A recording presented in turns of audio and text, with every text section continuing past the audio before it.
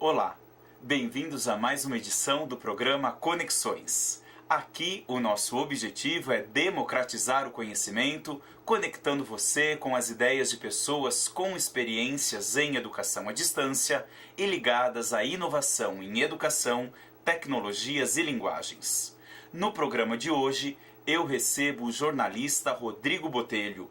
Rodrigo é assessor na Coordenadoria de Comunicação Social, a CCS, da UFSCar, onde já foi coordenador e diretor entre 2010 e 2012. É pesquisador em Ciências da Comunicação, com ênfase em Tecnologia de Informação e Comunicação, Interatividade, Internet, Desenvolvimento de Software, Jornalismo Digital e Inclusão Digital. Esta edição do Conexões faz parte das comemorações pelos 25 anos da Coordenadoria de Comunicação Social da UFSCar, completados em dezembro de 2013. Rodrigo, muito obrigado pela presença. É um prazer recebê-lo aqui no Conexões. Eu que agradeço, João. É um prazer estar aqui com vocês para esse debate.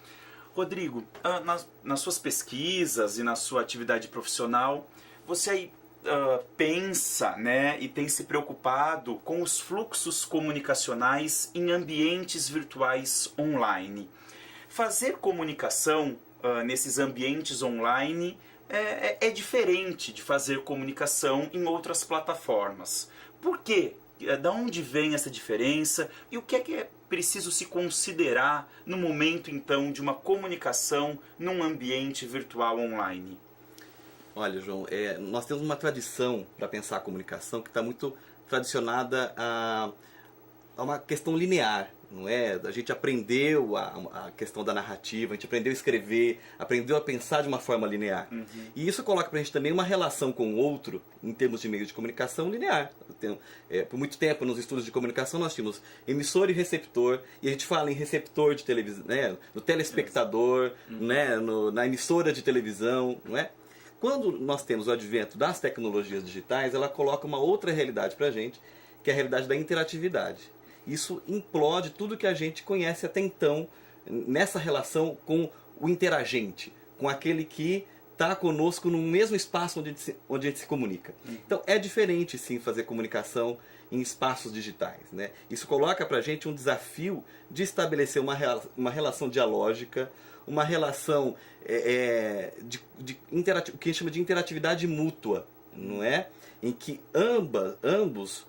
as pessoas que estejam interagindo no ambiente, elas têm as mesmas possibilidades de reação e de ação nesse espaço. Uhum. Então isso coloca por terra tudo o que a gente conhece dos meios tradicionais de comunicação.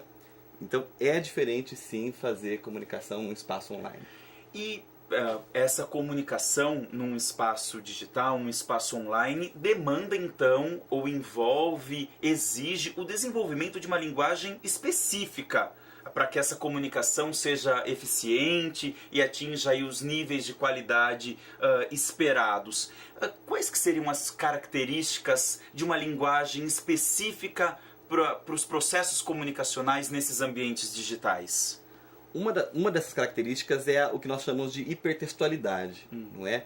Como eu estava dando exemplo agora, nós temos um pensamento que ele é linear, não é?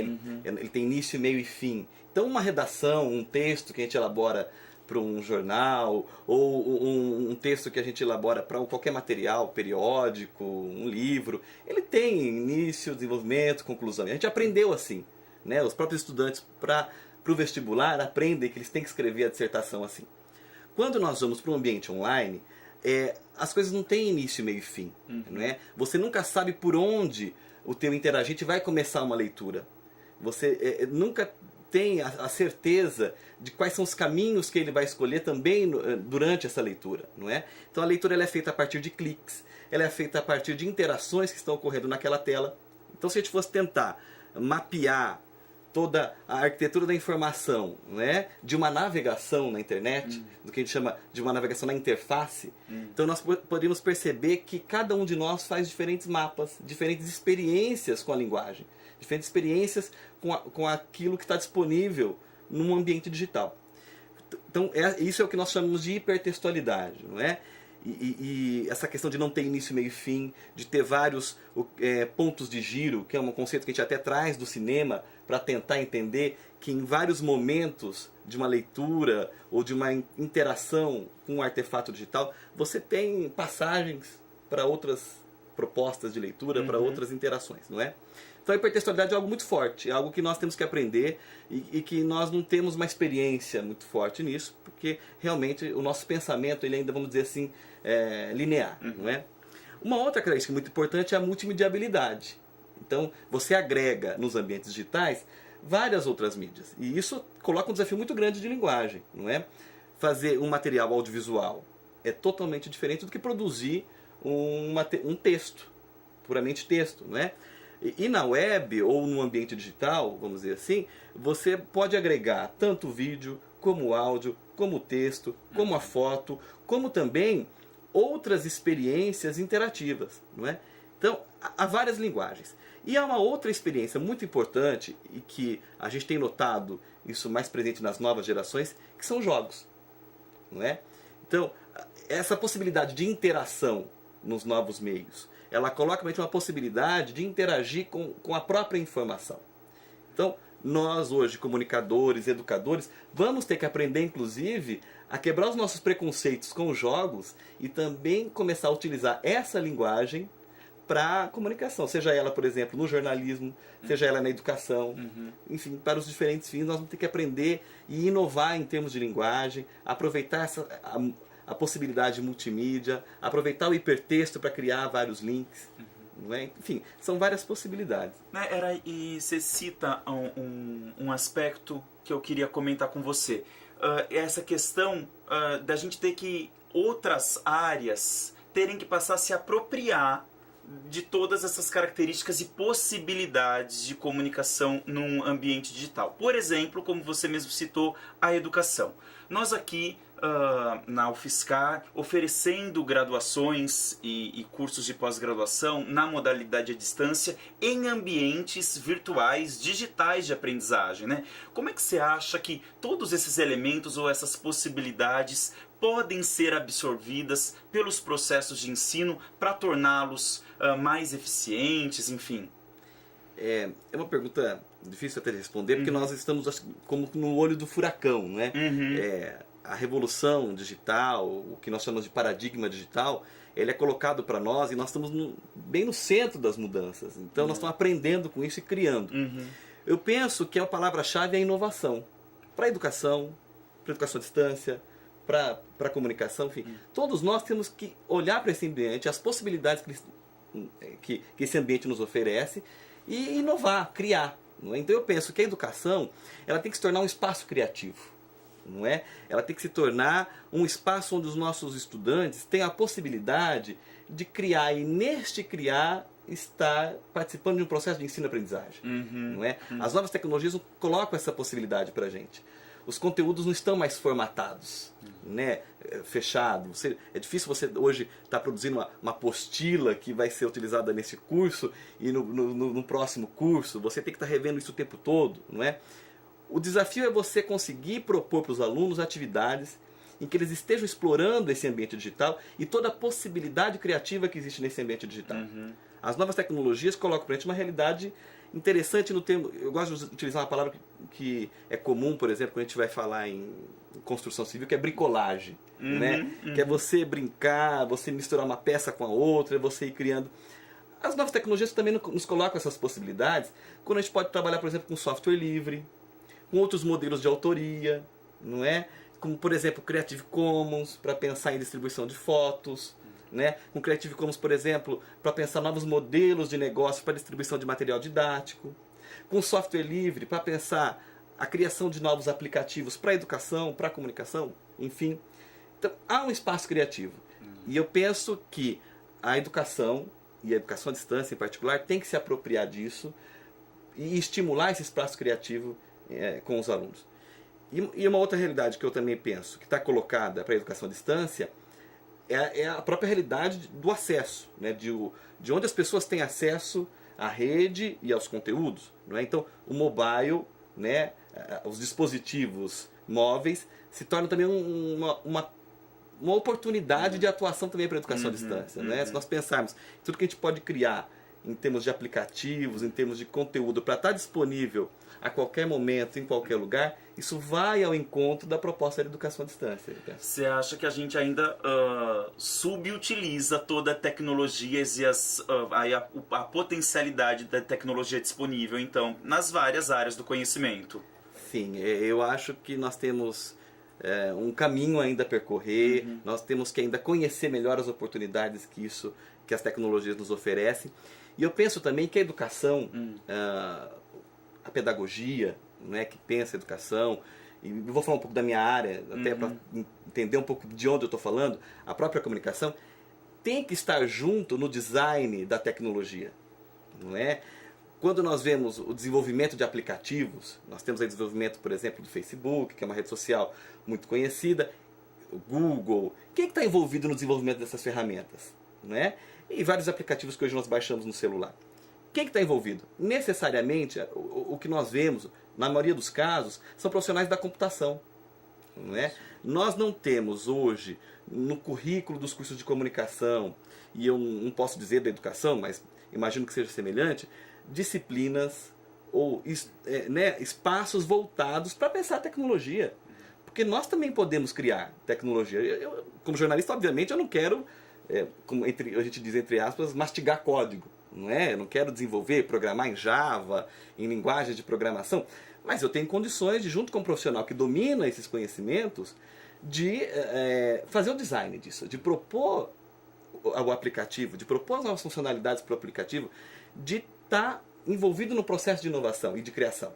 Então eu penso que os educadores também têm que estar envolvidos nesses espaços de design da tecnologia, porque são elas que depois nós vamos utilizar, né, para ofertar os cursos, enfim.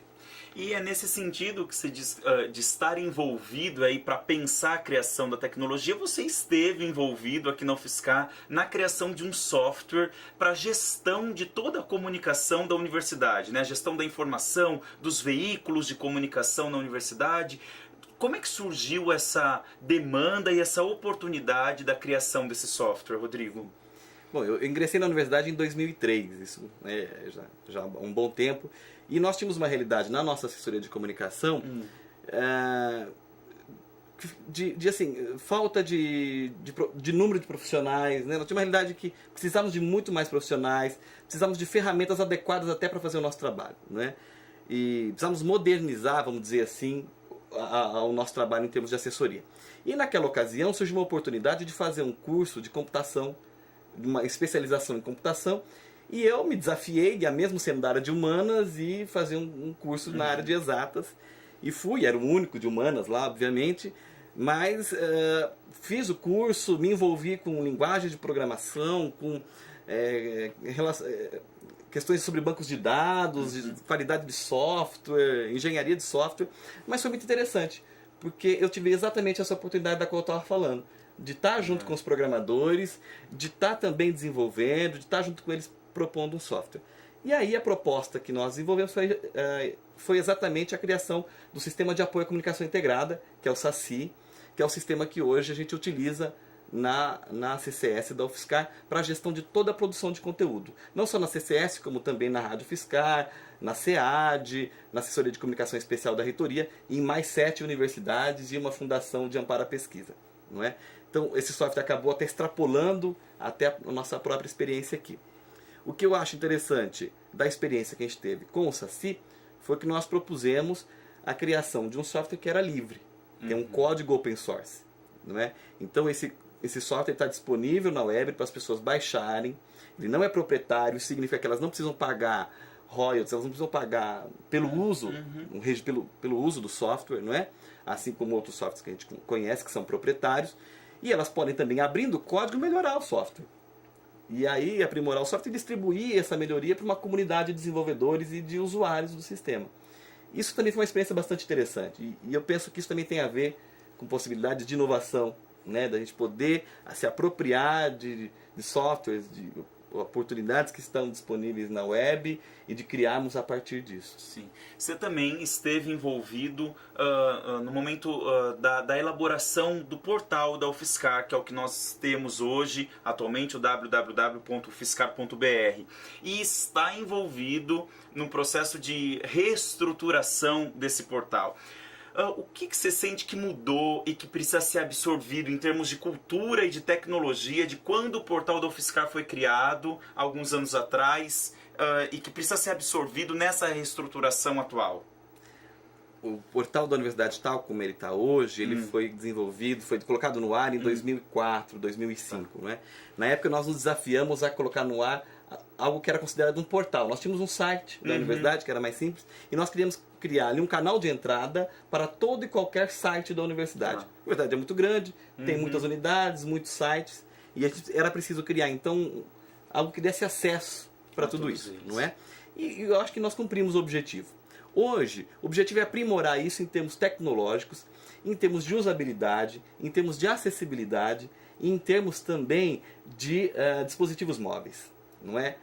Naquela época, a cultura de acesso à rede era as conexões eram inferiores, não é? A velocidade das conexões hoje é maior. Hoje nós podemos abusar da multimídia, nós podemos abusar de disponibilizar vídeos, de disponibilizar mais fotos, não é? De disponibilizar áudio, de disponibilizar outros materiais animados, enfim, aplicativos, não é?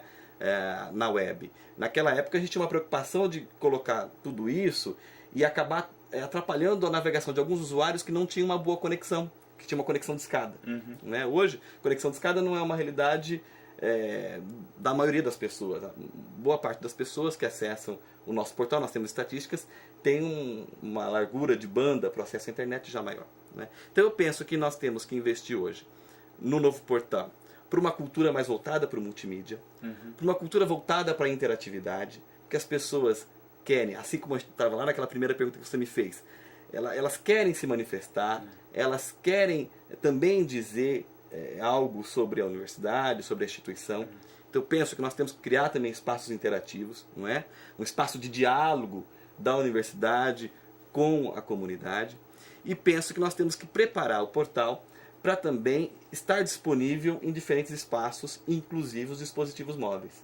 Não é? E isso pensando tanto a questão da usabilidade, que está relacionada a uma boa experiência do usuário com o site na internet, né? Para ele não se perder, para ele ter uma boa navegação, para ele conseguir fazer um bom uso daquele sistema, como também de acessibilidade, para atender diferentes públicos, diferentes perfis de públicos, sejam aqueles que têm deficiência visual, enfim, né? Para que todos possam ter acesso aos conteúdos da universidade na internet. Perfeito. E de maneira geral, pensando a gestão da comunicação de uma maneira mais ampla, para além do portal, para além da internet, esse ano a Coordenadoria de Comunicação está comemorando os 25 anos. O que você imagina que são os desafios ou os caminhos que precisam ser percorridos para uma gestão mais integrada e mais eficiente da comunicação na universidade, que não para de crescer? Eu penso que nós temos que continuar inovando. Não é? Continuar criando novos espaços de comunicação e de diálogo com a comunidade, seja a comunidade interna, seja a comunidade externa. Como fazer isso? Eu penso que nós temos que abusar das tecnologias. Elas estão colocadas como um espaço de atuação, como um espaço de oportunidade para nós. Não é? Como que nós vamos estar, o que nós vamos fazer, eu acho que vai depender da nossa criatividade. Não é? Então eu penso que nós temos que continuar aprimorando a comunicação nesse sentido de criar novos espaços de diálogo. Não é? Jornal impresso, já não sei se é algo interessante a se fazer. Há a oportunidade de trabalhar com web TVs, há uma discussão na universidade de criar a TV UFSCar ou criar alguma produção para a TV. Isso é uma nova mídia. Não é? Eu penso que nós também temos que ampliar as possibilidades de atuação junto à Rádio UFSCar, que também é um canal importante de comunicação da universidade. A nossa própria assessoria de comunicação, ela também pode aprimorar a sua relação com a imprensa, visando, né, distribuir mais informações sobre, por exemplo, jornalismo científico, divulgação científica. Não é? E esse é um desejo que eu vejo muito presente na direção da Gisele, que está na direção hoje, isso tem pautado bastante a atuação dela, tem sido uma preocupação. eu penso que nós temos que aprimorar na assessoria para conseguir divulgar mais as pesquisas da instituição, divulgar mais o que os pesquisadores estão fazendo aqui na universidade. Perfeito. Rodrigo, eu quero mais uma vez agradecer a sua presença aqui para esse papo tão interessante. Muito obrigado, viu? Eu que agradeço e desejo um bom trabalho aí na SEAD com o programa Conexões. Obrigado. A vocês que nos assistem, o meu abraço e até a próxima edição do Conexões.